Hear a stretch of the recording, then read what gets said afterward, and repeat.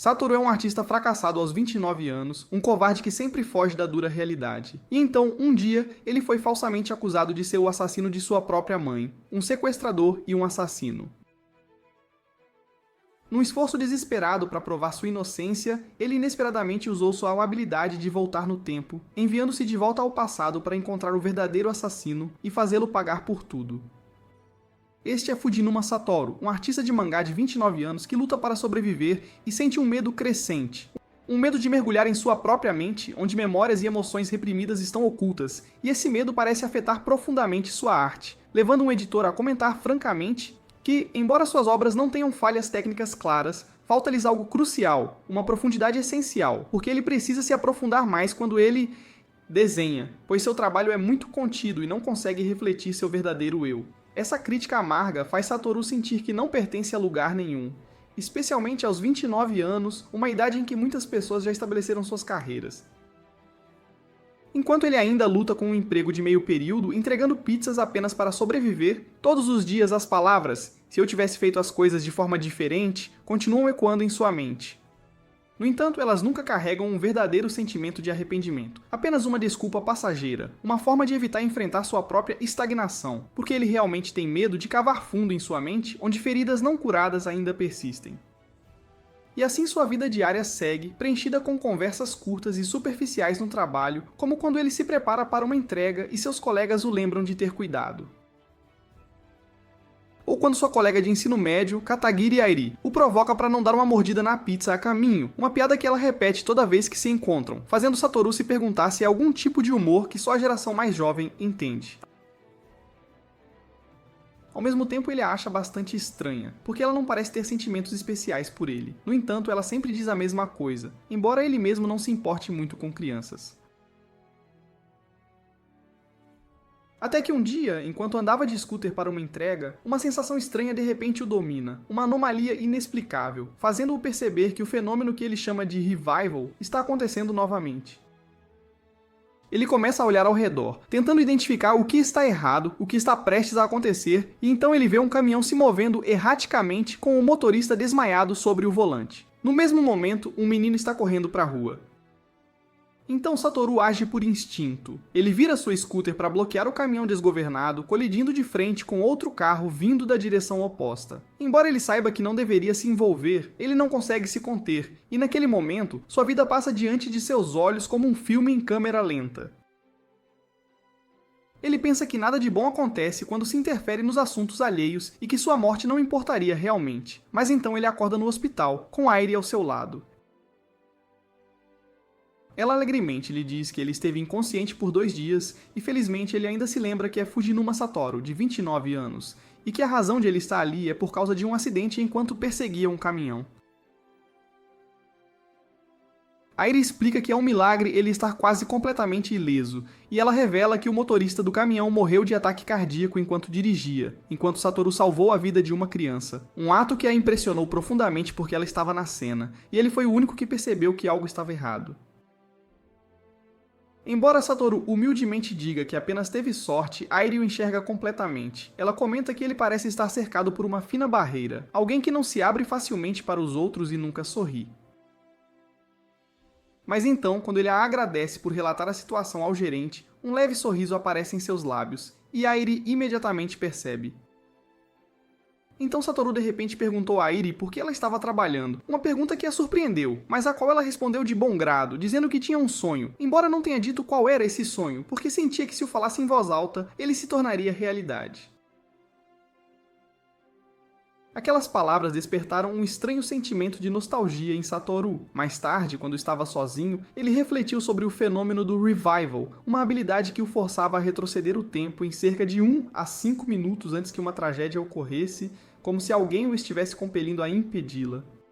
Como resultado, ele havia impedido muitos acidentes, embora às vezes, como neste caso, as consequências negativas acabassem recaindo sobre ele. Após receber alta do hospital e retornar ao seu apartamento, ele ficou surpreso ao encontrar sua mãe, Fujinuma Sachiko, lá. Ela disse que tinha ido visitá-lo no hospital, mas como ele estava dormindo profundamente, ela veio primeiro ao seu lugar e decidiu ficar um pouco para cuidar de seu precioso filho único depois que ele bateu a cabeça, mesmo que Satoru insistisse que estava bem e que havia apenas uma cama no apartamento. Ainda assim, ela estava determinada a ficar, chegando a dizer que usaria o saco de dormir em seu armário. Satiko, uma mulher de 52 anos que parecia muito mais jovem do que sua idade, possuía uma percepção aguçada e poderes de observação extraordinários. Ela parecia ser capaz de ler os pensamentos de seu filho, chegando a provocá-lo dizendo que ele não precisava andar na ponta dos pés até o banheiro à noite porque ela não acordaria facilmente, algo que fez Satoru secretamente chamar sua mãe de demônio. Certa noite, enquanto assistiam ao noticiário, surgiu uma reportagem sobre uma criança do primeiro ano que havia desaparecido em Saitama, mas foi encontrada em segurança. Isso trouxe de volta memórias para Satiko de um evento trágico que havia ocorrido em sua vizinhança quando Satoru estava na 5ª série. Ela perguntou se ele ainda se lembrava, explicando que eles haviam feito o possível para apagar o máximo daquela memória de sua mente, porque sua vida havia estado em perigo uma vez. Satoru começou a se lembrar de quando estava na 5ª série. 2 de seus colegas de classe haviam sido sequestrados e assassinados, e um jovem chamado Shiratori Jun, a quem as crianças chamavam de Yuuki-san, porque ele sempre falava sobre coragem, havia sido preso e condenado como serial killer. Aquela memória ainda assombrava Satoru. No dia seguinte, enquanto Satoru e sua mãe estavam no supermercado, o fenômeno do revival aconteceu novamente, confundindo Satoru porque ele não conseguia identificar sua causa. Ele pediu à mãe para procurar por algo incomum, e com seus olhos aguçados, Satiko notou um homem em um carro levando uma criança embora. Quando seus olhos se encontraram, o homem cobriu o rosto e partiu, imediatamente dando a ela a sensação de que algo não estava certo. Mais tarde, eles encontraram Airi, e Satiko a convidou para jantar para comer o curry que ela estava planejando cozinhar. Durante a refeição, Airi descobriu que Satoru era um artista de mangá e expressou profunda admiração, dizendo que Satoru era como um amigo respeitado para ela, palavras que deixaram Satoru ligeiramente envergonhado enquanto sua mãe os provocava sobre o relacionamento deles. Depois que Airi foi para casa, Satiko conversou com Satoru sobre o que havia acontecido no estacionamento do supermercado, revelando que foi uma tentativa de sequestro que falhou. Isso a levou a conectar com o caso de 18 anos atrás. A memória da colega de Satoru, Hinazuki Kaio, que sempre ficava sozinha no parque e foi uma das vítimas, veio à tona em sua mente. Ele se lembrou da última vez que a viu e sentiu um profundo arrependimento por não ter pedido para ela ir para casa com ele, algo que ele queria esquecer mais do que tudo, e talvez algo que sua mãe também havia tentado ajudá-lo a esquecer. Enquanto isso, Satiko começou a juntar as peças dos eventos. Ela se lembrou da placa do carro alugado, da maneira como o homem cobriu o rosto quando seus olhos se encontraram, e da sensação familiar que ela teve de seus olhos. Ela percebeu que sabia quem era aquele homem, e uma verdade chocante passou por sua mente. Talvez Shiratori Jun não tivesse sido o verdadeiro culpado. Ela imediatamente ligou para um conhecido, depois voltou para casa. Sabendo que o caso não estava realmente encerrado e que o verdadeiro assassino ainda estava à solta, ela sentiu que tinha que conversar com Satoru para lhe contar toda a verdade. Mas ela também percebeu que remexer no passado havia colocado tanto ela quanto seu filho em perigo. O assassino sabia que havia sido identificado. Naquele exato momento, o assassino a atacou por trás. Ela tentou pegar o telefone, mas falhou. Quando Satoru terminou o trabalho e voltou para casa, ele notou que a porta estava destrancada, algo incomum, já que sua mãe era sempre cuidadosa. Ele a chamou, mas não houve resposta. Então ele entrou na sala de estar e foi confrontado com uma visão horrível. Sua mãe caída no chão em uma poça de sangue, uma faca cravada em suas costas. Satoru entrou em pânico, sacudindo-a em desespero, mas já era tarde demais. O sangue dela manchou suas mãos e justamente então, uma vizinha apareceu para devolver um pouco de curry que sua mãe havia compartilhado com ela na noite anterior. Quando ela viu a cena, gritou de terror. Momentos depois a polícia chegou, encontrando Satoru com sangue nas mãos, e imediatamente o identificou como o principal suspeito. Naquele momento, a mente de Satoru estava cheia de um único pensamento: tudo estava errado. Ele não fez isso. Tomado pelo pânico, ele correu. Enquanto fugia da polícia, o fenômeno do revival mais poderoso que ele já havia experimentado de repente ocorreu. Desta vez, não o enviou de volta apenas alguns minutos, mas o arremessou para muito longe no passado. Quando abriu os olhos, ele se viu em um lugar ao mesmo tempo familiar e distante. Ele viu um amigo de infância chamando seu nome e percebeu que estava usando uma mochila escolar. Ele havia viajado de volta ao passado, de volta a ser um menino do ensino fundamental. Pouco antes de a horrível série de sequestros começar, Satoru se viu lançado em uma realidade caótica e desconhecida, sua consciência de 29 anos presa dentro do corpo de seu eu mais jovem. Ele percebeu que havia viajado no tempo para 15 de 12 de 1988, um evento que ele chamou de fenômeno do Revival. Mas desta vez, sua escala estava muito além de tudo o que ele já havia experimentado. Não apenas alguns minutos, mas 18 anos completos. Ele se viu sentado em sua antiga sala de aula, cercado por amigos de infância conversando animadamente sobre programas de TV como Maskman e Black, ou videogames como Dragon Quest Roman, 3 nomes que evocavam uma era há muito perdida. Uma onda de desorientação o invadiu. Ele nem conseguia se lembrar onde era seu lugar. Distraído, ele caminhou em direção à carteira de Hinazuki Kaio, uma garota quieta e solitária, e foi imediatamente provocado por seus colegas de classe, que brincaram que ele gostava de Kaio, e que 2 esquisitos como eles formariam um par perfeito. Enquanto a professora fazia a chamada, pensamentos frenéticos corriam pela mente de Satoru. Por que ele estava ali? O que diabos estava acontecendo? Isso era realidade? Porque ele estava revivendo um passado de 18 anos atrás, um passado que ele havia tentado tanto esquecer. Oprimido, ele fingiu ter dor de cabeça para ir à enfermaria, mas em vez disso pegou sua mochila e correu direto para casa. Um desejo ardente de ver sua mãe Satiko, a mesma mulher que ele acabara de testemunhar sendo brutalmente assassinada no futuro, impulsionava cada um de seus passos. Quando chegou em casa, ele gritou: "Mãe!" Sua voz tremia com dor e alívio, mas ela ainda não estava em casa. Ela ainda estava no trabalho. Ele entrou, sentindo uma profunda nostalgia por tudo ao seu redor. Quando ela finalmente apareceu, viva, saudável e radiante, Satoru foi tomado pela emoção. Sua mãe, embora surpresa e um pouco confusa com seu comportamento estranho, o confortou gentilmente. O jantar começou com um humilde bife à hamburguesa que ela havia cozinhado. Um prato simples que agora tinha um significado imenso para Satoru. Era o sabor da paz, da família, de momentos preciosos que ele havia perdido e agora tinha a chance de recuperar. Ele percebeu que havia esquecido esses pequenos e felizes momentos e jurou a si mesmo que nunca mais os deixaria escapar. Ele entendeu que esse grande revival tinha um propósito, uma segunda chance para corrigir erros passados, e ele acreditava que, para salvar a vida de sua mãe no futuro, teria que começar ali mesmo, neste passado, prevenindo a tragédia que estava prestes a se desenrolar. E no centro dessa tragédia estava ninguém menos que Hinazuki Kaio, a garota que se tornaria a primeira vítima em uma série de sequestros e assassinatos, um evento que moldou a pessoa medrosa e arrependida que ele se tornaria mais tarde na vida. De volta à escola, Satoru começou a observar Kaio com mais cuidado, e logo notou uma contusão na perna dela, um sinal claro de abuso. Isso confirmou suas vagas suspeitas e fortaleceu sua determinação de intervir. Enquanto isso, seus amigos Kazu, Osamu, Hiro e especialmente Kenya, um garoto sábio e perspicaz além de sua idade, mais uma vez notaram a atenção de Satoru para com Kaio. Eles continuaram a provocá-lo, e Kazu até correu para dizer a Kaio diretamente que Satoru gostava dela. Isso levou a um confronto extremamente constrangedor depois da escola. Kaio perguntou a Satoru sem rodeio se ele era estúpido, então o chamou de falso, assim como ela. Suas observações atordoaram Satoru porque atingiram seu âmago, pois ele era alguém que sempre tentou desempenhar o papel de uma versão ideal de si mesmo para se encaixar com os outros, um hábito que ele carregava desde a infância até a idade adulta, e Kaio parecia ter visto através dessa fachada. A conversa terminou estranhamente quando a garota de repente perguntou se ele poderia matar alguém por ela, uma pergunta cheia de desespero e escuridão. Após a conversa, Satoru refletiu profundamente sobre as palavras de Kaio. Ele percebeu que, ao chamá-lo de falso, ela não queria dizer que sabia que ele era do futuro, mas que ela reconhecia que ele era exatamente como ela, ambos usando máscaras. Ele desempenhava o papel de um menino alegre e sociável, enquanto ela agia de forma indiferente e sem emoção.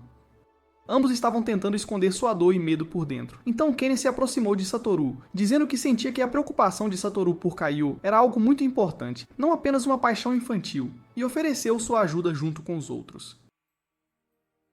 Depois, Kenya sutilmente sugeriu que Satoru lesse a coletânea de ensaios estudantis, onde Satoru encontrou o ensaio de Kaio intitulado A Cidade Onde Só Eu Desapareço. O ensaio era um grito silencioso de socorro, uma confissão dolorosa de extrema solidão e um anseio por escapar para uma ilha sem adultos, sem amigos, sem professores e sem mãe, um lugar sem sofrimento ou tristeza. Lendo aquelas linhas, Satoru compreendeu completamente a situação de Kaio, e ele sabia que tinha que agir. Ele começou a planejar, e o primeiro passo era criar uma oportunidade para que eles se aproximassem.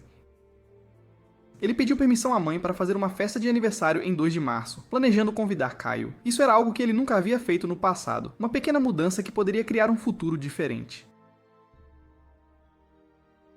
Depois ele foi encontrar Kaio no parque depois da escola, onde ela geralmente ficava sentada sozinha até escurecer para evitar ir para casa. Ele se aproximou dela, e desta vez decidiu ser honesto. Ele admitiu que estava agindo. Mas era porque ele queria amigos e queria ser querido pelos outros, e ele acreditava que se você desempenha um papel por tempo suficiente, ele eventualmente se torna parte de quem você é. Um pensamento que o lembrou de algo que Airi havia dito uma vez no futuro. A sinceridade de Satoru pareceu alcançar Kaio, e ele aproveitou a oportunidade para convidá-la para sua festa de aniversário, enfatizando que ela era a primeira pessoa que ele convidava. Após um momento de surpresa, Kaio concordou. Naquele momento, enquanto a neve começava a cair, Satoru percebeu que suas mãos estavam congelando porque ele havia esquecido suas luvas, e Kaio de repente pegou uma de suas mãos para aquecê-la. Um gesto pequeno, mas profundamente significativo, a primeira conexão entre duas almas solitárias. Isso deixou a mente do Satoru de 29 anos confusa e seu rosto corado. E quando a garota disse que ele havia se tornado mais fácil de conversar ultimamente, Satoru acidentalmente deixou escapar que era porque ele decidiu não mentir mais para ela. Isso deixou Kaio envergonhada e a fez fugir, mas talvez no fundo ela sentiu um pouco de calor em seu coração. De pé sozinho no parque coberto de neve, no mesmo lugar onde ele havia visto Kaio pela última vez 18 anos atrás, Satoru reafirmou sua resolução. Ele não deixaria mais Kaio sozinha. Ele ficaria ao lado dela, mudaria seu passado doloroso e, ao fazer isso, mudaria seu próprio futuro. Sua mente de 29 anos começou a trabalhar urgentemente enquanto ele juntava as memórias fragmentadas da antiga tragédia, lembrando que não apenas Hinazuki, mas também Nakanishi Aya e Tsujita Hiromi foram vítimas.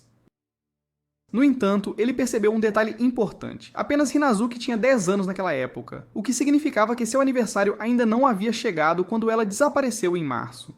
A partir disso, Satoru deduziu um período crucial, o dia X, o dia em que Hinazuki foi sequestrada. Tinha que cair em algum lugar entre 1º de março e o aniversário dela. Se ele pudesse identificar esse dia, ele poderia prevenir o sequestro e alterar completamente a linha do tempo trágica. Na escola, a atmosfera ficou animada com uma competição de patinação onde os meninos competiriam em duplas. E, infelizmente, Satoru foi emparelhado com Hamada, a estrela do time de hóquei no gelo campeão nacional e um oponente que ele sabia que não tinha chance de vencer no passado. As garotas incentivaram Hinazuki a torcer por Satoru, e ela hesitantemente perguntou se ele achava que poderia vencer. Querendo impressioná-la e tirá-la de sua concha, Satoru prometeu que faria o seu melhor. Quando a corrida começou, Satoru, com a vantagem da compreensão adulta de física e mecânica corporal, teve um excelente começo, assumindo a liderança sobre Hamada para a surpresa de todos. Mas então um conflito interno irrompeu dentro dele. Ele sentiu que era injusto derrotar alguém que havia treinado duro todos os dias, usando uma vantagem que ninguém mais sabia.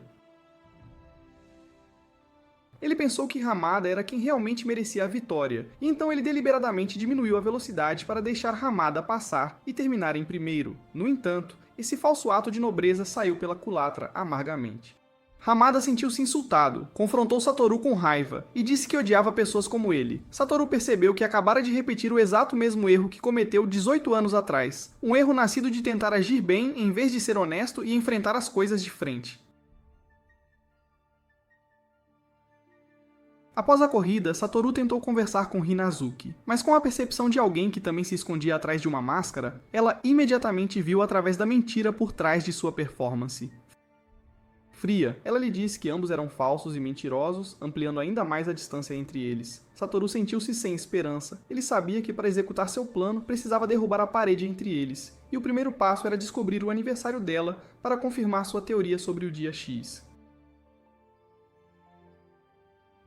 Determinado a descobrir a verdade, Satoru voltou à escola e procurou seu professor de turma, Yashiro Gaku, um homem que Satoru notou ter olhos aguçados e uma percepção perspicaz. Yashiro rapidamente adivinhou que Satoru estava preocupado com Kaiô. E quando Satoru explicou que não podia perguntar a ela diretamente sobre seu aniversário, Yashiro prontamente lhe mostrou o livro de contatos da turma. Satoru ficou chocado ao descobrir que Hinazuki compartilhava o mesmo aniversário que ele, 2 de março. Yashiro explicou que talvez Kaiô fosse muito tímida para mencionar a coincidência e encorajou Satoru a celebrarem seus aniversários juntos. Ele também aconselhou Satoru que, o que quer que ele fizesse, seja na corrida ou em seu relacionamento com Kaio, ele deveria sempre dar o seu melhor esforço. Agora Satoru tinha a peça final do quebra-cabeça. Ele sabia com certeza que o dia X, o dia em que o destino de Hinazuki seria decidido, era 1º de março, a apenas 11 dias de distância. Satoru foi ao parque para encontrar Hinazuki, mas ela não estava em lugar nenhum. Em vez disso, ele inesperadamente encontrou Shiratori-jun, o homem que as crianças chamavam de Yuki-san e que no futuro seria injustamente condenado à morte. Com os olhos de um homem de 29 anos, Satoru agora via Yuki-san completamente diferente, não como um homem desempregado suspeito, mas como um jovem gentil de 23 anos que gaguejava, trabalhava duro desde as 4 da manhã na loja de seu pai e tentava falar corretamente para parecer mais maduro na frente das crianças. Satoru perguntou a Yuki-san sobre Hinazuki e ele confirmou que a conhecia e havia conversado com ela várias vezes no parque.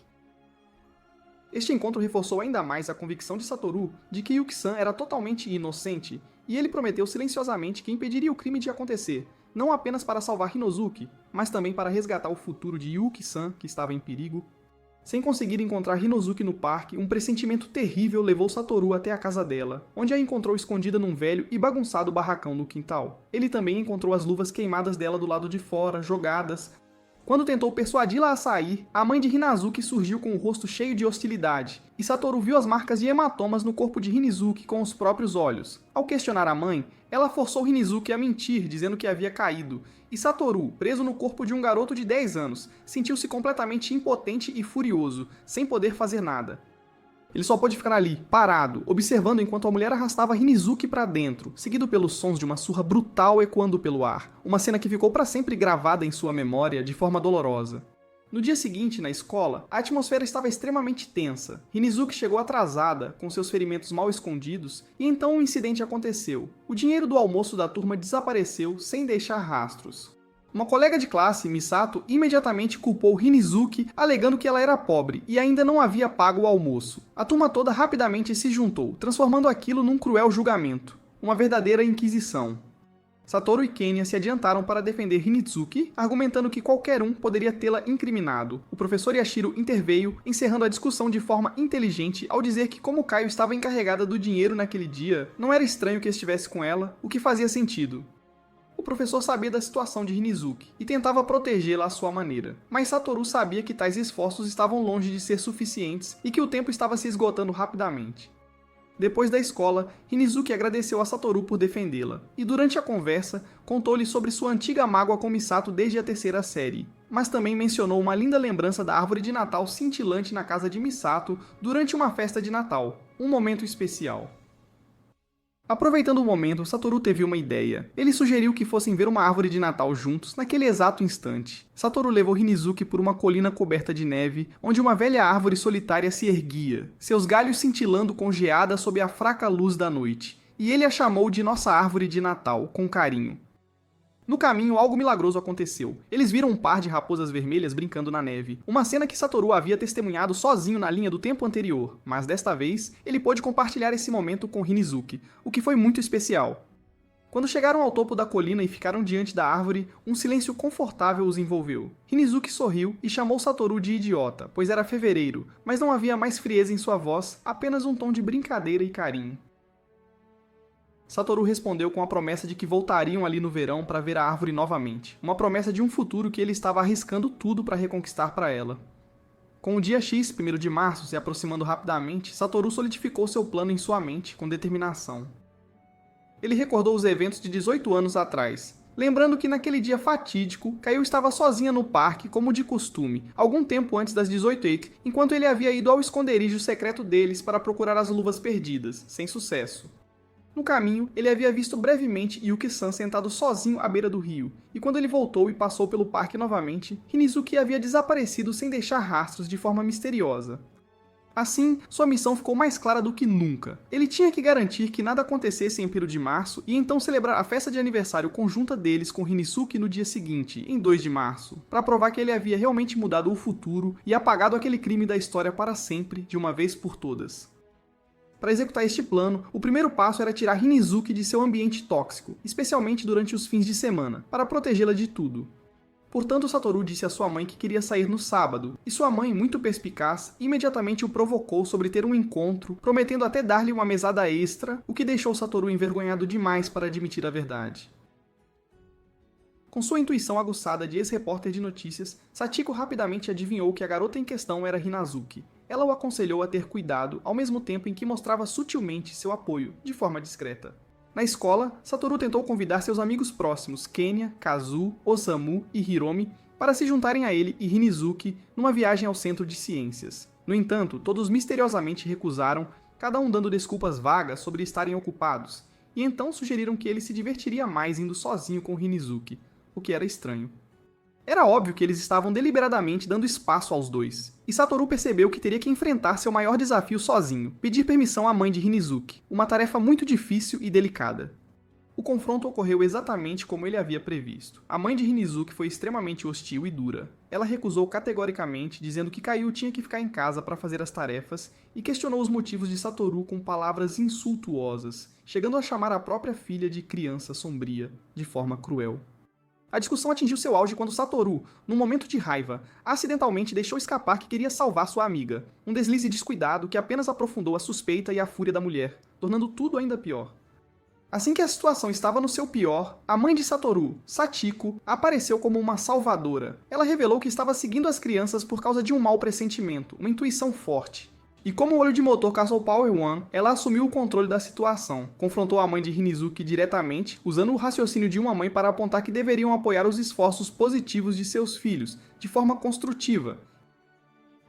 Ela também mencionou sutilmente que suas famílias compartilhavam algumas semelhanças e estendeu um convite educado, mas significativo para conversar. Uma jogada inteligente que subjugou com sucesso a resistência da outra mulher e a forçou a concordar relutantemente em deixar Caio sair, o que foi um alívio.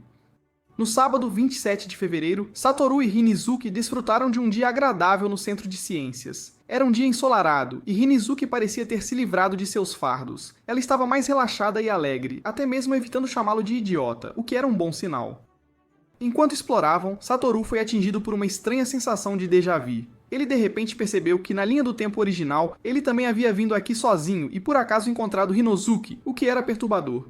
Eles haviam compartilhado uma conversa semelhante. Um pensamento arrepiante invadiu sua mente. Ele poderia estar, sem saber, repetindo o mesmo passado novamente. Mas, assim que ele estava afundando na preocupação, algo distintamente diferente aconteceu para sua surpresa. Seu grupo de amigos apareceu de repente. Eles disseram que haviam terminado seus próprios afazeres mais cedo e vieram se juntar a eles. Isso era algo totalmente novo, uma prova inegável de que suas ações realmente haviam feito a diferença, mudando o curso dos eventos. Satoru sentiu uma onda de alívio e esperança invadi-lo. O futuro não era mais um caminho fixo. Os dias seguintes passaram numa atmosfera otimista. Na segunda-feira, 29 de fevereiro, Rinizuki chegou à escola na hora, com o rosto brilhante e cheio de vida. Algo que nunca havia acontecido antes para a alegria de todos. Satoru acidentalmente deixou escapar um elogio, dizendo que ela tinha um rosto bonito, o que levou a mais uma rodada de provocações de toda a turma, para seu constrangimento. Ele prometeu ir buscá-la na manhã seguinte, 1º de março, o dia X, o dia em que ele tinha que estar mais vigilante, e finalmente o dia fatídico chegou. Satoru permaneceu ao lado de Rinizuki o dia inteiro. Ele a buscou pela manhã com todo o cuidado. Eles foram para a escola juntos, e depois da aula, ele insistiu em levá-la ao centro infantil para brincar. Embora ela quisesse ir para casa mais cedo para preparar seu presente de aniversário, ele se recusou a deixá-la sozinha, nem por um instante. Nem por um segundo quando a noite caiu e a neve começou a cair. Ele a acompanhou até em casa. Antes de partir, ele gritou bem alto: "Vou te buscar amanhã." Uma declaração ousada não apenas para Hinazuki, mas também para sua mãe dentro da casa, e para quem mais pudesse ouvir.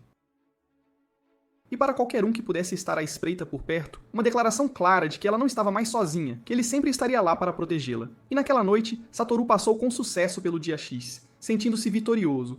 Ele acreditava que havia vencido. Na manhã seguinte, 2 de março, o aniversário de ambos, Satoru acordou muito cedo. Seu coração estava cheio de alegria e alívio. Ele correu para a casa de Rinizuki, e juntos eles foram para a escola, com grande entusiasmo. No entanto, depois da aula, eles foram retidos pelo Sr. Yashiro para ajudar com algumas pequenas tarefas, e quando chegaram à casa de Satoru, uma grande surpresa os esperava. Todos os seus amigos estavam lá, junto com a mãe de Satoru, para uma celebração. Eles haviam preparado secretamente uma grande festa de aniversário, um plano no qual até o Sr. Yashiro havia participado. A festa ocorreu numa atmosfera alegre e emocionante, completamente oposta ao aniversário solitário que Satoru havia experimentado 18 anos atrás, um contraste marcante. Hinizuki riu muito, recebeu presentes e pela primeira vez estava cercada por amigos de verdade. Ela pediu desculpas a Satoru por ainda não ter terminado o presente dele, mas prometeu entregá-lo no dia seguinte, uma promessa que Satoru aceitou de bom grado com um sorriso. Quando Satoru acompanhou Hinozuki até em casa, ela o agradeceu e repetiu sua promessa. E naquela noite, Satoru foi dormir com um sentimento de triunfo absoluto. Ele havia conseguido. Ele havia mudado a história para melhor. Mas na manhã seguinte, ele dormiu demais e correu para a escola. Suspirou aliviado ao ver que não estava atrasado. Mas então, uma única frase do professor estraçalhou todo o seu mundo, de forma brutal e inesperada. Então, só a Kaio está atrasada hoje. Hinizuki não havia vindo para a escola. Satoru congelou. Ele percebeu que no dia seguinte à festa de aniversário, Hinizuki não havia aparecido, e a promessa que haviam feito um ao outro na noite anterior nunca seria cumprida, o que era devastador. A cruel verdade atingiu Satoru como um golpe devastador. Hinizuki não havia vindo para a escola. Ele tentou se consolar com desculpas ingênuas, dizendo a si mesmo que ela poderia estar apenas atrasada, porque ficou acordada até tarde terminando seu presente de aniversário, o que era uma esperança vã.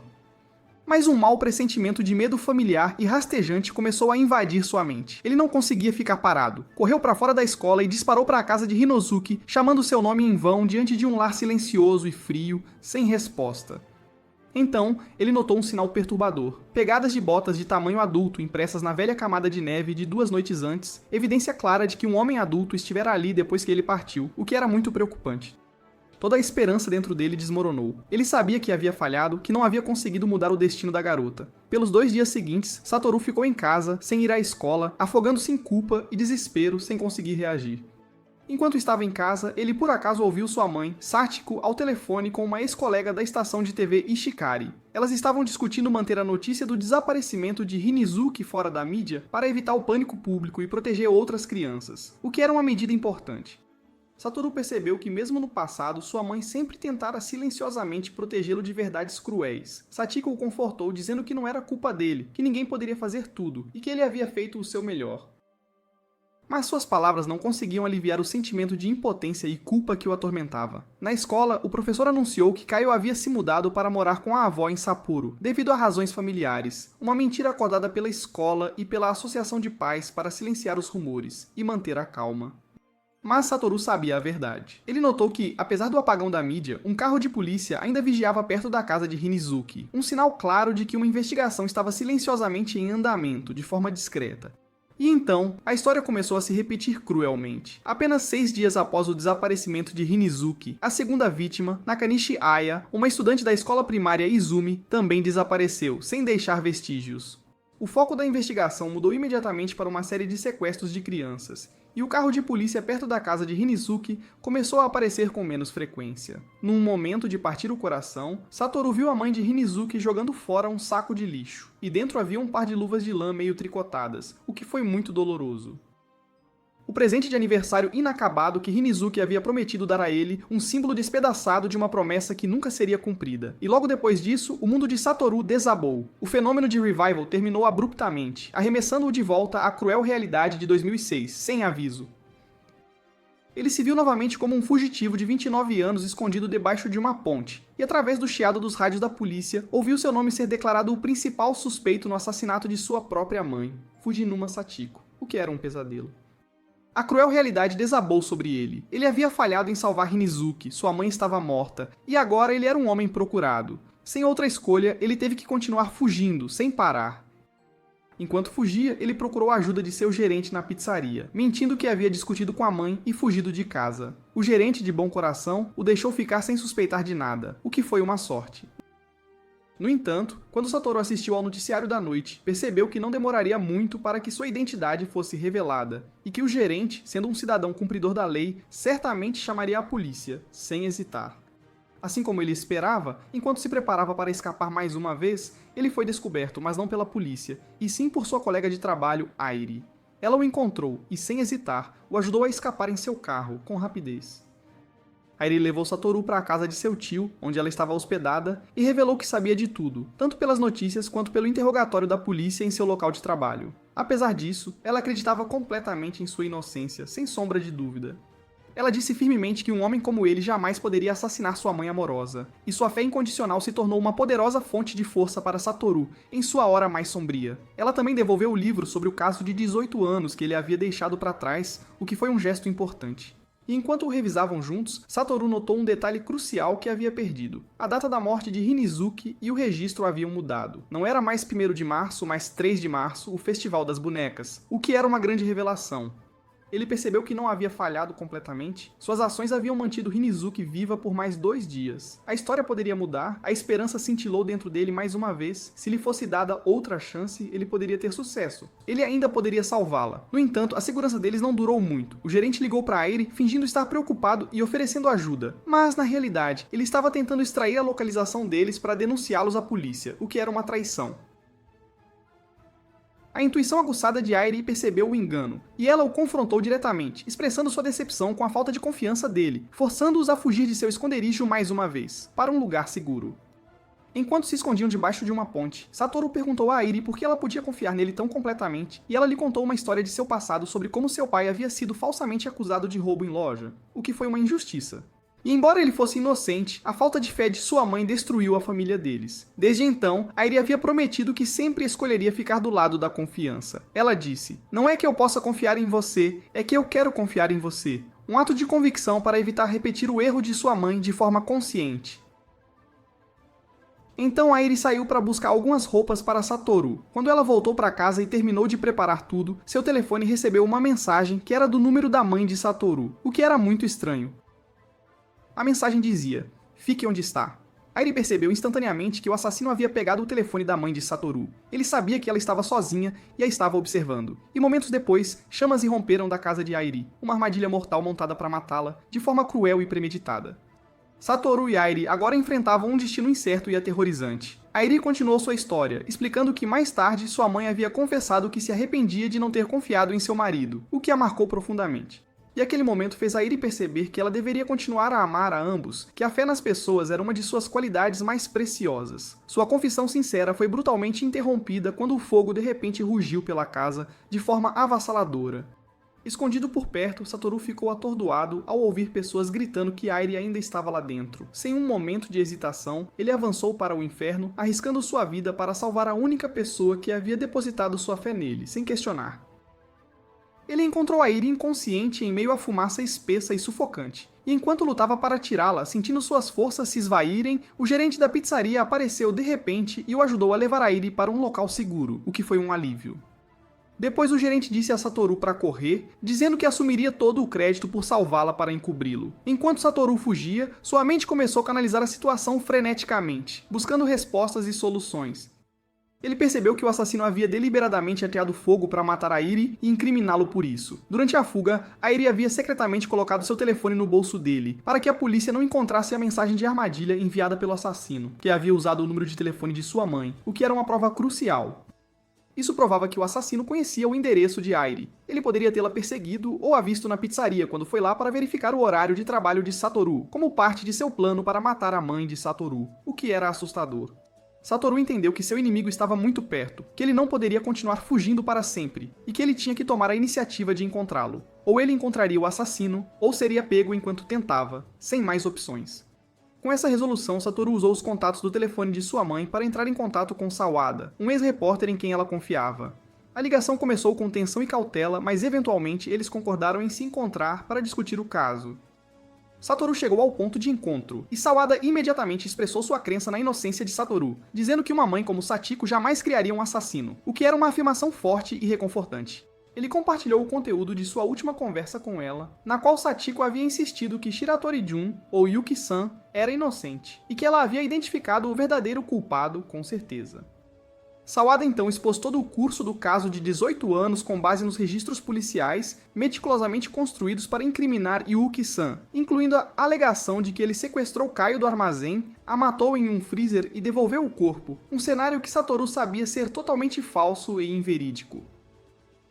Sawada explicou ainda o modus operandi do assassino, um homem perturbadoramente inteligente que encenava cenas de crime para incriminar pessoas inocentes por perto, transformando-as em suspeitos para atrasar a investigação e apagar qualquer vestígio que levasse de volta a si mesmo, de forma calculista.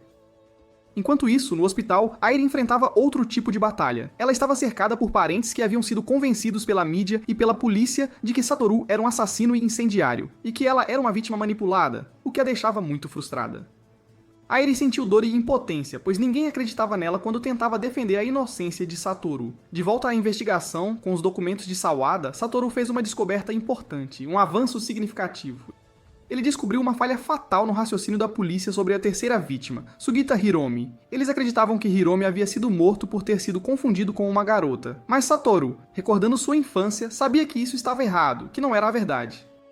O assassino sabia perfeitamente que Hiromi era um menino e o havia matado intencionalmente por essa mesma razão, para remover-se da lista inicial de suspeitos, que provavelmente incluiria apenas homens desconhecidos de Hiromi, o que era um plano astuto e cruel. No hospital, a mãe de Airi veio visitá-la. E ao ouvir sua filha defendendo Satoru desesperadamente e expressando a dor de não ser acreditada, ela recordou seus próprios arrependimentos por não ter confiado em seu marido no passado, o que a fez refletir profundamente. Ela disse a Airi que acreditava nela, e a ajudou a escapar do hospital. Airi imediatamente contatou Satoru, e eles concordaram em se encontrar sob a ponte de sempre. Embora Satoru temesse que pudesse ser uma armadilha da polícia, ele decidiu ir porque confiava em Airi e ela veio sozinha, o que era um sinal de confiança. Lá, Airi forneceu a Satoru seu último suspeito, um homem chamado Nishizono, um vereador da cidade e cliente regular da pizzaria. Alguém que poderia facilmente acessar seus horários de trabalho e endereços, o que era uma informação crucial. No entanto, o nome Nishizono não estava na lista de suspeitos de Sawada, deixando Satoru em outro beco sem saída. Ele se sentiu como o personagem deus da morte que uma vez imaginou em seu mangá, uma pessoa com boas intenções que só trazia infortúnio para aqueles ao seu redor, o que era uma sensação terrível.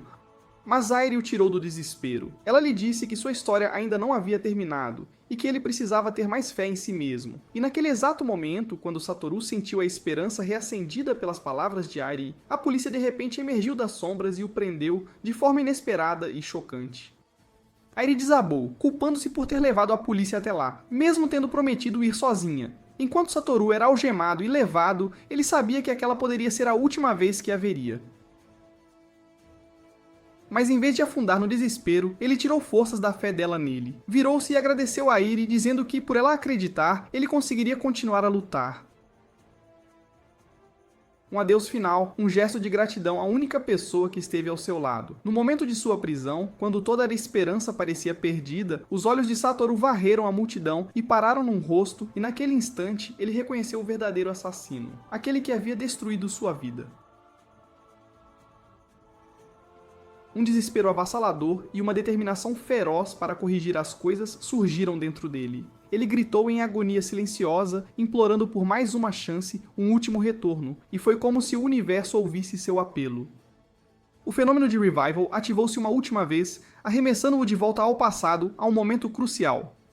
27/02/1988, no Centro de Ciências, o exato instante em que seus amigos apareceram e a linha do tempo mudou pela primeira vez.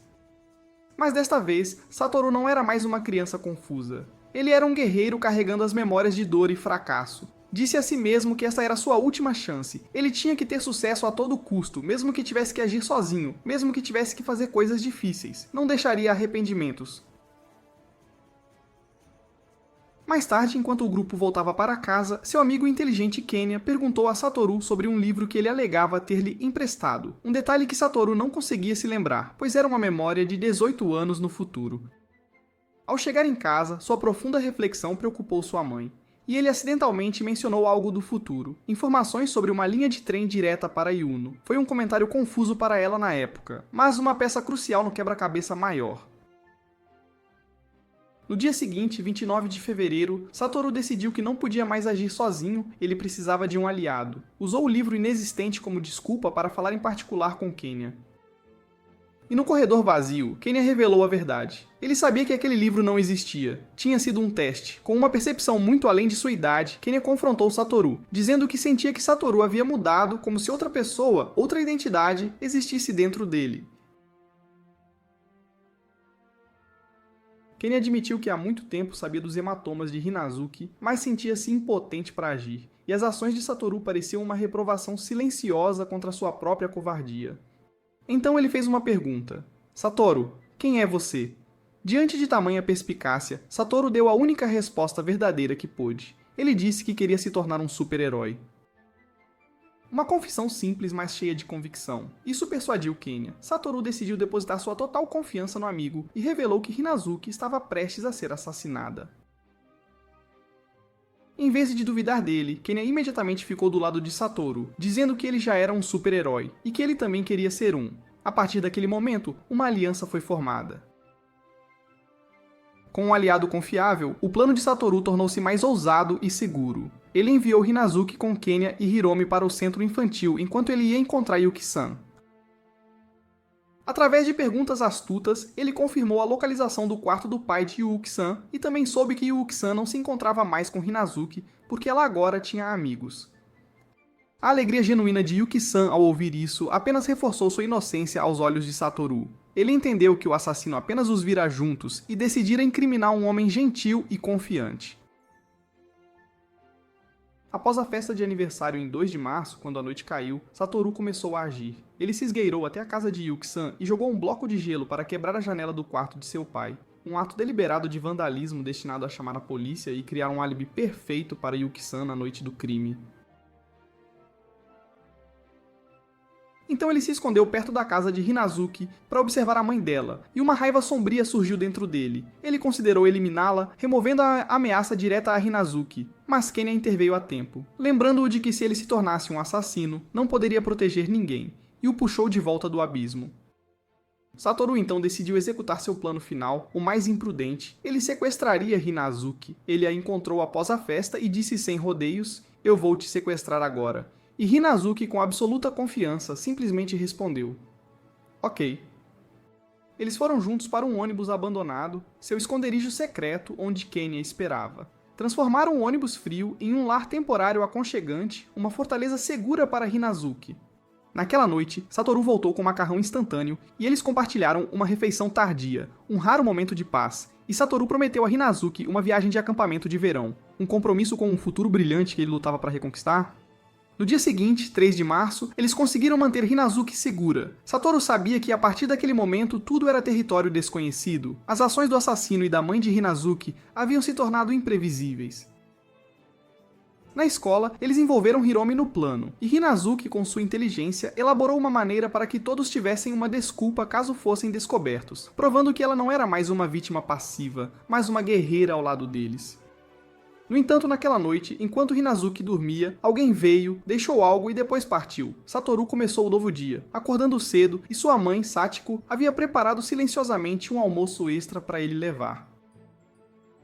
Ele foi para a base secreta no ônibus abandonado onde Hinazuki esperava, e eles compartilharam o café da manhã, um momento de paz antes da tempestade que se aproximava.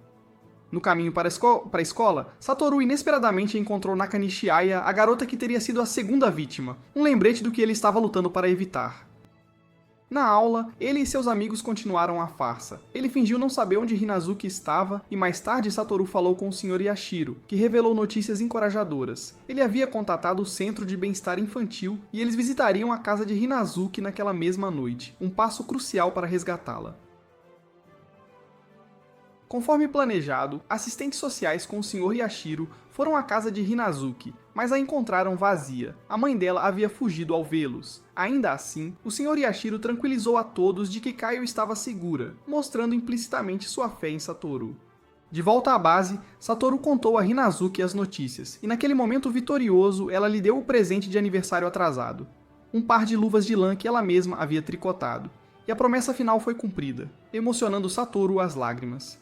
Ele sentiu como se tivesse esperado a vida toda por aquele momento, mas a alegria deles durou pouco. Hinazuki lhe disse que alguém havia invadido o ônibus na noite anterior, e quando inspecionaram uma caixa de papelão suspeita, encontraram um conjunto de ferramentas de assassinato, incluindo carvão para sufocamento, latas de spray e outros implementos.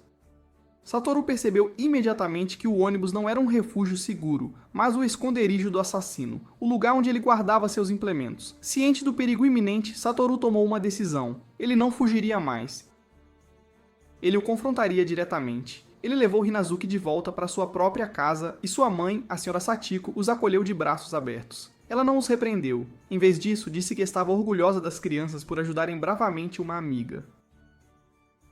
E ela havia cozinhado uma grande panela de curry como se soubesse de tudo antecipadamente. Naquela noite, Hinazuki experimentou uma verdadeira vida familiar. Ela foi banhada em uma banheira quente, seu cabelo lavado e cuidado por Sachiko, e dormiu pacificamente na sala de estar junto com Satoru e sua mãe, uma noite de amor e segurança que ela nunca havia tido antes. Na manhã seguinte, enquanto compartilhavam um café da manhã alegre, Satoru e sua mãe levaram Hinazuki de volta para casa. Ao ver a filha, a raiva da mãe explodiu em fúria. Ela gritou, acusou Satoru e sua mãe, alegou que Sachiko havia sequestrado sua filha e ameaçou processá-los. Mas Sachiko, calma e firme, a encarou e fez uma pergunta simples, mas mortal. Ela realmente havia procurado Kaio nos últimos 3 dias? A pergunta expôs o egoísmo e a irresponsabilidade de Akemi, levando-a a um estado de loucura. Enquanto ela pegava uma pá para atacar a própria mãe, Satoru deu um passo à frente para proteger sua mãe. Sachiko olhou Akemi diretamente nos olhos e disse-lhe sem rodeios que a única pessoa com quem ela se importava era ela mesma. No auge do confronto, funcionários do Centro de Bem-Estar Infantil chegaram junto com o Sr. Yashiro havia arranjado tudo de antemão, e Akemi percebeu que havia sido encurralada. Ela tentou arrastar Kaio para longe, mas foi impedida pela aparição repentina de sua própria mãe, a avó de Kaio, a mulher com quem ela havia cortado o contato há muito tempo. Confrontada pela mãe, a fachada endurecida de Akemi desmoronou. Sua mãe pediu desculpas por não ter estado lá para ajudá-la nas dificuldades da maternidade solo, e essa empatia desfez Akemi completamente. Ela se agarrou à mãe na neve e chorou como uma criança, chamando mãe. Um lamento que revelou uma tragédia multigeneracional. Satoru notou que Kaio não correu para consolar a mãe, porque para a menina, aquela mãe não era um refúgio, mas a fonte de toda a sua dor. Akemi foi levada para receber ajuda. O Sr. Yashiro elogiou Satoru, dizendo que seus esforços corajosos não deveriam terminar em tragédia. Suas palavras foram um grande consolo para Satoru, soando como algo que um pai diria. Kaio foi colocada sob os cuidados de sua avó e estava verdadeiramente liberta. Ao partir, ela agradeceu a Satoru, uma despedida emocionada e cheia de esperança. Vendo-a ir, Satoru pensou no ensaio, a cidade onde só eu desapareço, e soube que agora Kaio não desejaria mais desaparecer. Ela seguiria seu próprio caminho em direção a um futuro brilhante. Com Kaio segura, a missão estava cumprida, mas Satoru sentiu um vazio porque sabia que o assassino ainda estava à solta, e que os próximos alvos seriam Hiromi e Nakanishi-aya. Ele começou a planejar a próxima missão. Ele rastreou Nakanishi-aya para aprender suas rotinas, e uma vez por acaso, ele e sua mãe pegaram uma carona com o Sr. Yashiro. Durante a viagem, Satoru acidentalmente encontrou uma caixa de doces no compartimento de armazenamento de Yashiro, um detalhe pequeno, mas estranho, e Yashiro explicou que os usava como substituto para fumar. Satoru então decidiu que não podia mais agir sozinho. Ele levou Kenya para a base secreta no ônibus abandonado e revelou toda a verdade. Ele acreditava que um serial killer estava atacando crianças. E resgatar Kaio do abuso era apenas parte de um plano maior para deter aquele assassino. Kenya admitiu que a história de Satoru parecia louca, mas escolheu confiar em seu amigo. Ele disse que o importante não era se a história fazia sentido, mas se ele acreditava em Satoru. E ele escolheu acreditar. Hiromi então se juntou à aliança deles. Todos os 3 estavam dispostos a fazer qualquer coisa para ajudar. E com o apoio de seus amigos, super-heróis com a mesma mentalidade, Satoru não se sentia mais sozinho. Ele recordou com remorso as palavras "se eu ao menos pudesse tê-la salvado", que ele havia soluçado para sua mãe 18 anos antes. E ele jurou nunca mais deixar aquilo acontecer. Ele salvaria a todos. E o plano final deles começou. Decidiram abordar Nakanishi-aya proativamente. Então Satoru e Hiromi foram juntos aos lugares que Aya frequentava, sem saber que seus outros amigos, Kazuo e Osamu, por curiosidade, os haviam seguido secretamente. Na formatura do ensino fundamental, Satoru refletiu sobre sua vida original em 1988, uma vida assombrada pelas perdas de Kaio, Hiromi e Nakanishi-aya, e um sentimento de culpa que havia aberto um buraco profundo em seu coração. O discurso do Sr. Yashiro sobre preencher as lacunas na alma de cada pessoa ressoou profundamente nele. Agora que Hinazuki Kaio estava segura, a missão de Satoru mudou para o próximo alvo, Nakanishi-aya. Ele e seus companheiros Kenya e Hiromi abordaram Aya, e após uma conversa inicialmente estranha sobre piano e Shakespeare, eles a convidaram para visitar a base secreta deles. Aya a princípio achou aquilo infantil, mas foi atraída pela sinceridade e entusiasmo de Kazu, que ele protegia como um símbolo de aventura. E a partir daí uma amizade floresceu. Aya começou a passar tempo na base, escapando de sua solidão, e Kazu se ofereceu para acompanhá-la, vindo todos os dias buscá-la após a escola preparatória. Uma relação pura e adorável se formou. Enquanto isso, Hiromi também encontrou sua própria felicidade. Ele confidenciou a Satoru e Kenya que sempre se sentira sozinho, porque seus pais chegavam tarde em casa. Mas participar da missão para preencher as lacunas para Kaio e Aya o ajudou a preencher seu próprio vazio. Com as 3 vítimas originais agora envolvidas em amizade e não mais sozinhas, Satoru sentiu como se sua missão tivesse sido cumprida. No entanto, um desconforto permaneceu. Ele percebeu que havia apenas salvado as vítimas, não capturado o assassino, e que o assassino, despojado de sua presa pretendida, certamente procuraria alvos alternativos. Então ele notou Misato Yanagihara, a colega de classe que havia sido ostracizada após o incidente do dinheiro do almoço, e percebeu que o isolamento de Misato a tornara um novo alvo ideal. O medo de Satoru foi confirmado quando ele soube que o Sr. Yashiro havia convidado Misato para assistir a um jogo de hóquei no gelo, um pretexto para levá-la a um lugar isolado, e Satoru sabia que tinha que agir. Ele foi à pista para observar Misato. De repente, Misato se levantou e foi em direção ao banheiro. O tempo se arrastava. Satoru ficou ansioso, pensando que ela havia demorado demais. E naquele momento, o Sr. Yashiro apareceu segurando um pirulito. Ele perguntou a Satoru o que ele estava fazendo ali, e Satoru gaguejou que queria falar com Misato. Mas Yashiro casualmente anunciou que Misato já havia saído, o que chocou Satoru porque o jogo nem havia começado. Imediatamente depois, ele viu o caminhão da família Shiratori, a família de um colega de classe suspeito no passado, e ele se virou para o Sr. Yashiro dizendo que havia algo que ele precisava verificar imediatamente e implorou por sua ajuda. No carro de Yashiro, Satoru tentou explicar a situação. Ele falou sobre o jogo de detetive deles e seus amigos, uma fachada para seus esforços de proteger crianças solitárias. Ele explicou que eles fingiam que um sequestrador estava à espreita e buscavam amizade com garotas que frequentemente estavam sozinhas. Yashiro ouviu e elogiou Satoru, dizendo que não importava se eles estavam apenas brincando, se isso produzia resultados reais. Mas então a conversa tomou um rumo preocupante. Yashiro elogiou o espírito e a coragem de Satoru por reconhecer a solidão de Misato. Satoru confessou que só sabia disso porque Hiromi lhe havia contado, e ele se sentiu culpado por usar Misato indiretamente como isca para atrair o assassino. Yashiro o confortou com uma filosofia distorcida, dizendo que usar isca era uma tática legítima e que o comportamento recente e incomumente amigável de Satoru para com todos fazia parte desse propósito. Satoru então expressou seus próprios pensamentos de que queria preencher o vazio nos corações de todos, tanto o seu quanto o dos outros, e naquele instante ele percebeu seu erro fatal. Essas eram as exatas mesmas palavras que Yashiro havia usado em seu discurso de formatura na linha do tempo anterior. Yashiro sorriu estranhamente, dizendo que grandes mentes pensam de forma semelhante, e que essa era precisamente sua própria filosofia de vida, algo sobre o qual ele havia planejado falar no dia da formatura se fosse designado para a turma da 6ª série. Yashiro continuou seu monólogo, dizendo a Satoru que ele não precisava se sentir culpado ou envergonhado por usar Misato como isca, porque o bem e o mal eram meramente 2 lados da mesma moeda. Ações que as pessoas tomavam para compensar suas próprias deficiências, uma linha de pensamento tão extrema que enviou calafrios pela espinha de Satoru. Yashiro prosseguiu revelando que ele mesmo havia feito todo tipo de coisas para se aproximar de uma certa pessoa, às vezes diretamente, às vezes indiretamente, até mesmo recorrendo a truques sujos, e que isso havia sido divertido. Ingenuamente, Satoru perguntou se aquela pessoa era uma namorada, ao que Yashiro respondeu que era semelhante a um romance em certo sentido, pois ambos eram maneiras de preencher um buraco no coração de alguém.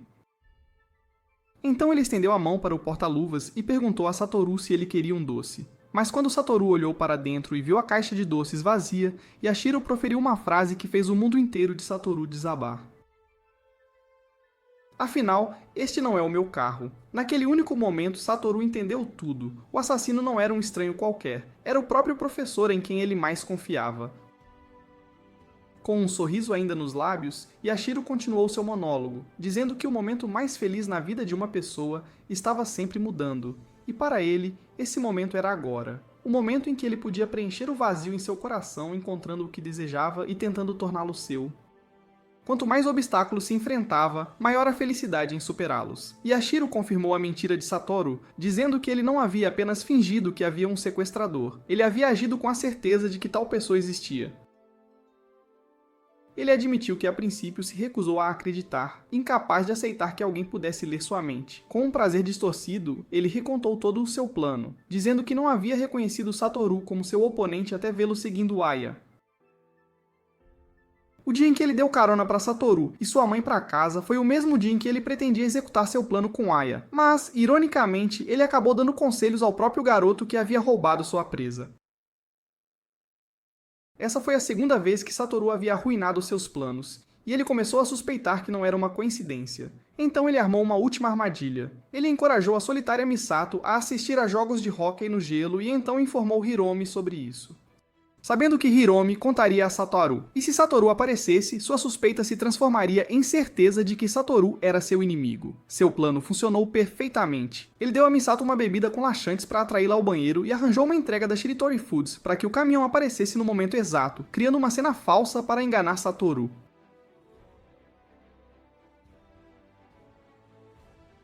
Cada peça do quebra-cabeça havia se encaixado perfeitamente, exatamente como ele havia planejado. Ele disse que este era seu verdadeiro eu, e que o carro em que estavam era um que ele havia acabado de pegar, especialmente escolhido, porque havia muitos outros do mesmo modelo e cor na área, permitindo-lhe trocá-los como iscas a qualquer momento.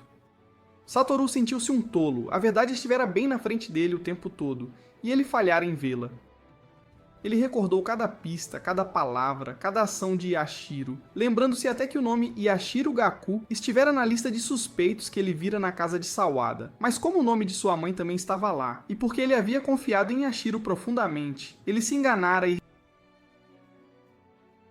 removeu seu professor da lista de suspeitos. Mas agora, confrontado com a verdade nua e crua, ele teve que aceitar que o assassino não era outro senão Yashiro, que estava sentado bem diante de seus olhos. O carro acelerou pela noite e a neve começou a cair, criando uma cena bela, mas pressagiadora, que anunciava uma morte fria. Yashiro dirigiu o carro sob uma ponte e parou no meio do caminho.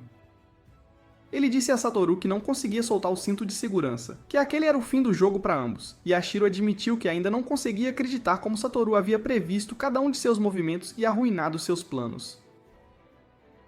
Isso lhe causou calafrios, como se Satoru pudesse ver o futuro. Yashiro disse que o que ele estava prestes a fazer não era por vingança contra Satoru. Pelo contrário, ele realmente o admirava. Ele via matar Satoru como um substituto para seu próprio desejo não realizado. Satoru gritou: "Você não disse que este era o fim do jogo para nós dois, Sensei?"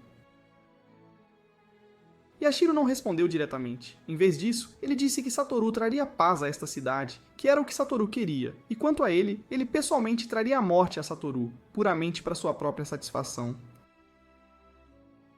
Satoru gritou em desespero, amaldiçoando Yashiro e jurando que não morreria até vê-lo destruído. Mas Yashiro respondeu friamente que era uma ambição vã. Com um toque no acelerador, o carro mergulhou no rio gelado abaixo. Naqueles momentos finais submerso na água gelada, enquanto o ar em seus pulmões acabava e sua consciência desvanecia, imagens de seus entes mais queridos passaram pela mente de Satoru. Sua mãe, seus amigos, Kaio e Airi, a garota que havia acreditado nele no futuro.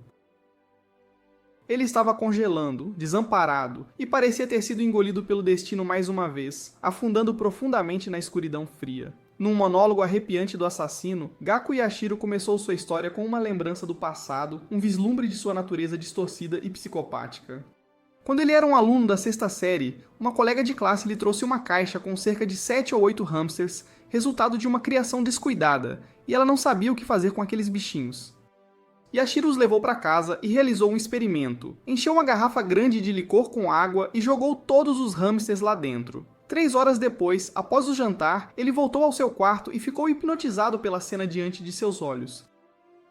Apenas um hamster havia sobrevivido, de pé sobre os cadáveres dos outros para não se afogar, uma imagem cruel de sobrevivência que lhe causou arrepios. Ele decidiu ficar com aquele hamster e o chamou de Spice.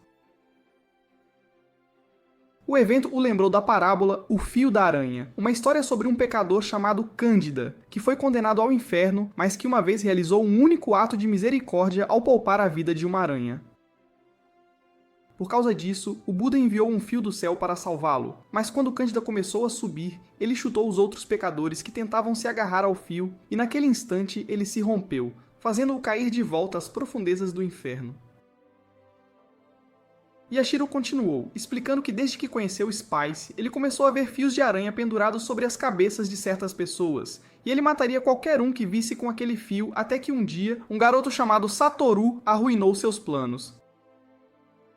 Então, um fio de aranha apareceu também sobre a cabeça daquele garoto. Embora Yashiro tivesse tentado matar Satoru, o menino sobreviveu, e Yashiro decidiu apelidá-lo de Spice e começou a observá-lo.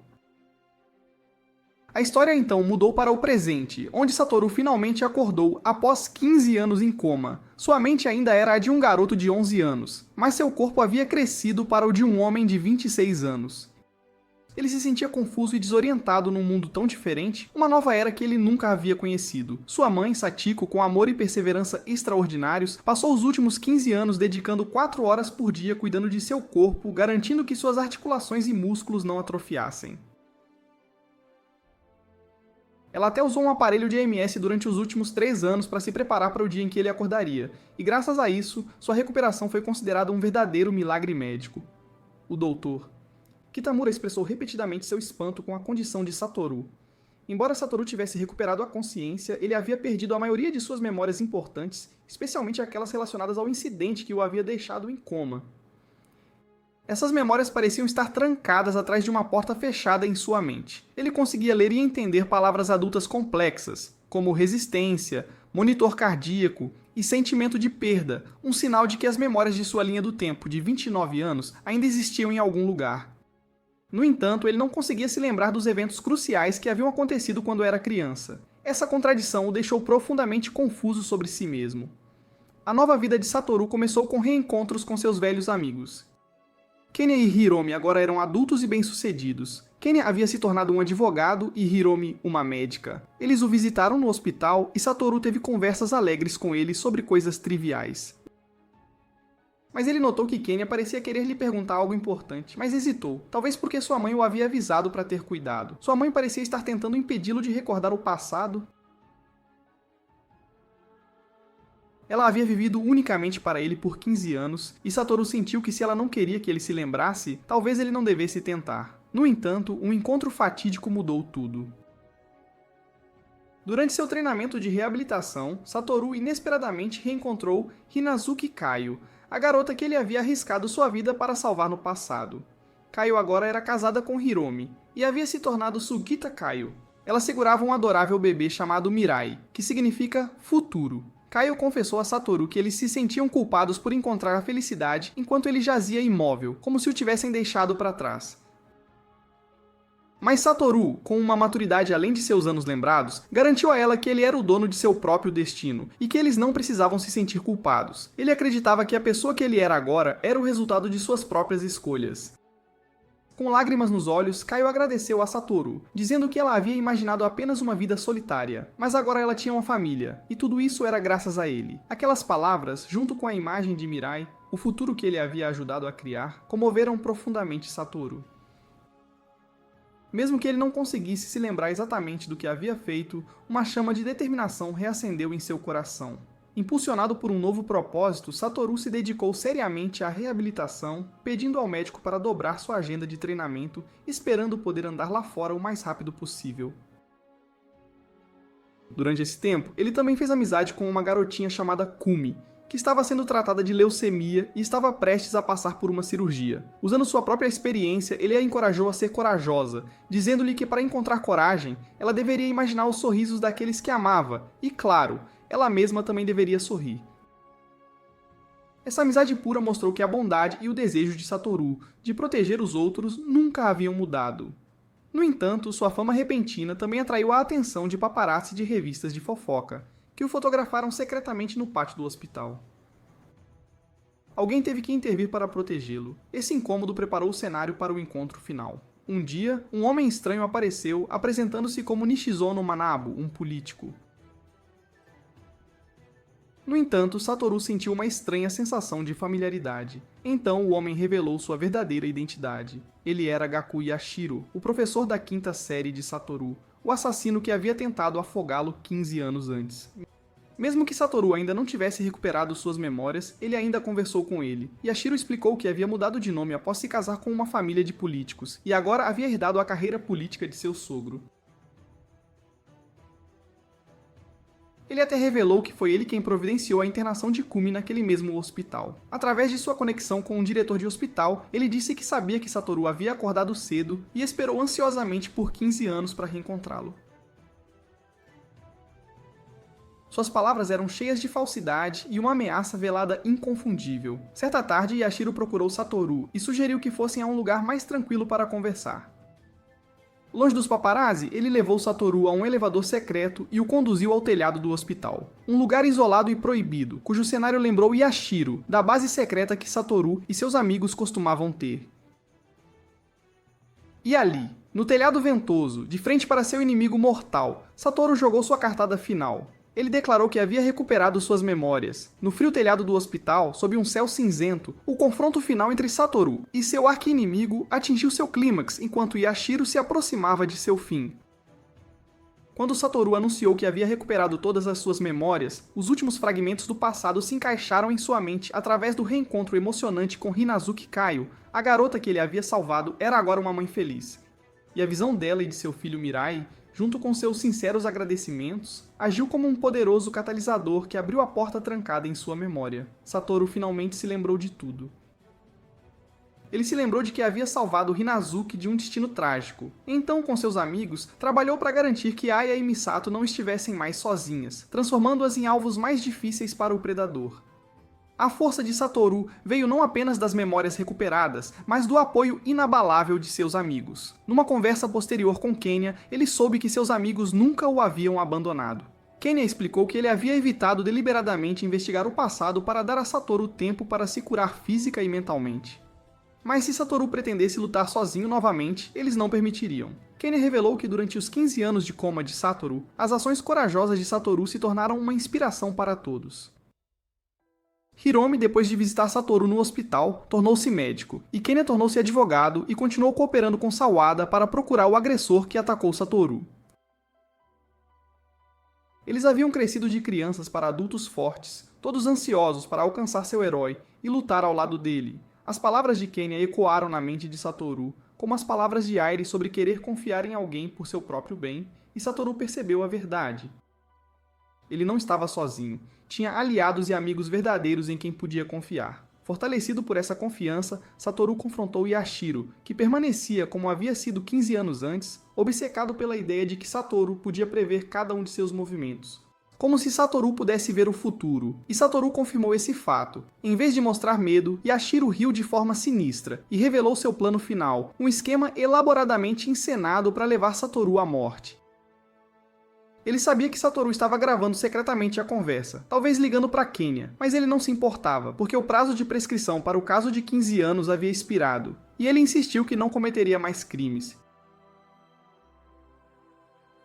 Em vez disso, ele havia fabricado um novo crime. Ele revelou que a bolsa de soro de Kumi, a paciente com leucemia de quem Satoru se tornou amigo, seria infundida às 16h30 com um relaxante muscular mortal, e as impressões digitais de Satoru haviam sido plantadas na bolsa. O cenário de Yashiro era que Satoru, num ato de eutanásia por uma jovem assustada prestes a ser operada, havia agido e depois, atormentado pela culpa, cometeu suicídio ao jogar uma cadeira de rodas do telhado, uma armadilha perfeita e inescapável. Yashiro forçou Satoru a escolher, ou revelar o segredo de ver o futuro para ter uma pequena chance de salvar Kumi, ou permanecer em silêncio e deixar que ambos morressem. Mas o tempo havia se esgotado, e Yashiro acreditava ter vencido, convencido de que as palavras de Satoru sobre o futuro não passavam de mentiras. No entanto, Satoru virou o jogo com um golpe psicológico. Ele se lembrou de uma conversa com sua mãe, que havia percebido que ele recuperara suas memórias quando Kaio o visitou. Ela não tentou impedir Kaio porque sabia que Satoru havia crescido e precisava enfrentar seu próprio passado. Satoru foi inspirado pela filosofia de preencher os vazios dentro de si, uma lição que Yashiro havia lhe ensinado. Olhando diretamente nos olhos de seu inimigo, Satoru explicou que o jogo deles havia terminado há muito tempo, e o verdadeiro vencedor era ele porque havia salvado a todos. Hinazuki Kaio, Nakanishi Aya, Hiromi e até mesmo sua própria mãe, a quem Yashiro havia matado na linha do tempo original. Ele revelou seu maior segredo, que havia revivido sua vida muitas vezes, e porque conhecia o futuro de Yashiro, ele foi capaz de destruir todos os seus planos. Essa era a razão pela qual Yashiro não conseguia matar ninguém conectado a Satoru, incluindo o próprio Satoru. Por 15 anos, Yashiro não o havia matado, não porque não pudesse, mas porque não queria. Satoru havia se tornado a razão de existência de Yashiro, seu propósito na vida, sua esperança, a única pessoa no mundo que poderia preencher o vazio em seu coração. Satoru havia despojado Yashiro de seu propósito como assassino e o substituído por sua própria existência, e assim, Satoru havia vencido. Essas palavras perfuraram profundamente a alma vazia de Yashiro, despedaçando-o completamente. Num acesso de raiva desesperada, ele avançou, gritando que venceria novamente. Mas Satoru empurrou sua cadeira de rodas em direção à beira do telhado. Yashiro não percebeu que estava caindo na armadilha final. Ele correu para agarrar Satoru, mas então entendeu que esperava por este momento há muito tempo. Ele deixou Satoru cair. Observando Satoru despencar, Yashiro sorriu inconscientemente, um sorriso distorcido de libertação, porque acreditava que não poderia viver sem Satoru, e então ele se jogou atrás dele. Mas foi uma queda cuidadosamente planejada. Abaixo, os amigos de Satoru, Kenya e os outros já haviam montado um enorme colchão de ar. Satoru foi salvo, enquanto Yashiro foi pego em flagrante e preso por tentativa de assassinato. O plano perfeito de Satoru, construído sobre a confiança absoluta em seus amigos e um profundo entendimento da psicologia de seu inimigo, havia sido bem sucedido. Nos dias que se seguiram, Satoru refletiu sobre os 15 anos que havia perdido. Ele não os via mais como uma perda, mas como um tesouro, porque no mundo onde ele havia sido apagado, seus amigos puderam viver vidas plenas e felizes. No final, ele se tornou um artista de mangá, e sua obra Meu Herói era um reflexo de sua própria vida. Ele encontrou a paz e não experimentava mais o fenômeno do revival. E para tornar a vida do viajante do tempo ainda mais bela, numa noite de neve, sob uma ponte familiar, ele reencontrou Airi mais uma vez, a garota que havia acreditado nele incondicionalmente. O reencontro deles marcou um novo começo, um futuro pelo qual ele havia lutado com todas as suas forças para obter. Satoru havia verdadeiramente preenchido o vazio em seu coração e se tornado um herói em todos os sentidos da palavra. O anime termina aqui. Adeus.